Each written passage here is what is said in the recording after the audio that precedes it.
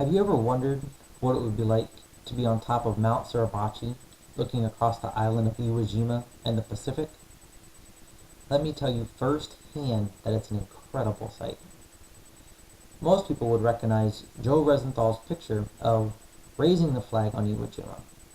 That's the one which depicts the 5 United States Marines and a United States Navy corpsman raising the United States flag, but very few have had the opportunity to see the actual location. In 2005, I had the honor and privilege of attending the 60th anniversary memorial ceremony on Mount Suribachi. When I first landed on the island, it reminded me of the barren southwest United States. All you could see surrounding the airfield was dirt and some desert-looking shrubs. As we walked towards the shore, we were reminded several times to remain in specific trails due to the vast amount of unexploded ordnance across the island. This ordnance may have included bullets, flares, shrapnel, and even bombs. Continuing down the trails, we came across some concrete bunkers that overlooked the beach.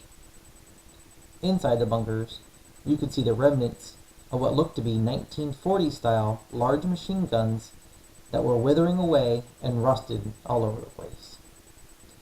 These bunkers were a primary defense for the nearly 22,000 Japanese troops that were on the island at the time of the battle. Sitting in the bunker, you could almost picture the chaos that was happening as the American troops arrived on the beachfront.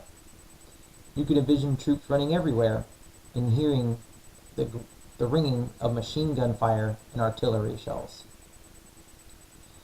As we continued down the shoreline, the dense desert vegetation quickly turned into black sand that led into sparkling blue water.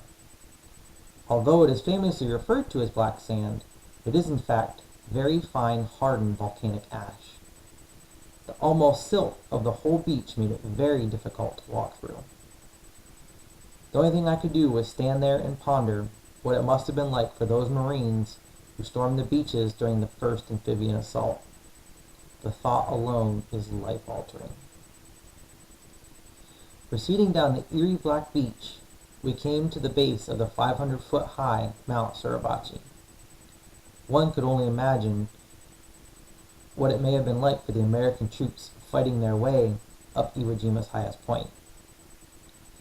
At the peak of the mount stands an elegant memorial to recognize all who fought there. The American and Japanese flags flew high in the air. Along with the flags, several hundred sets of dog tags either lay on or hung off of the monument as signs of homage. I laid my own dog tags there out of respect of their sacrifices. The images of Iwo Jima will remain in my mind forever. I was reminded that day of the many, many sacrifices that military members have sacrificed over the generations. The experience that I was afforded changed my life.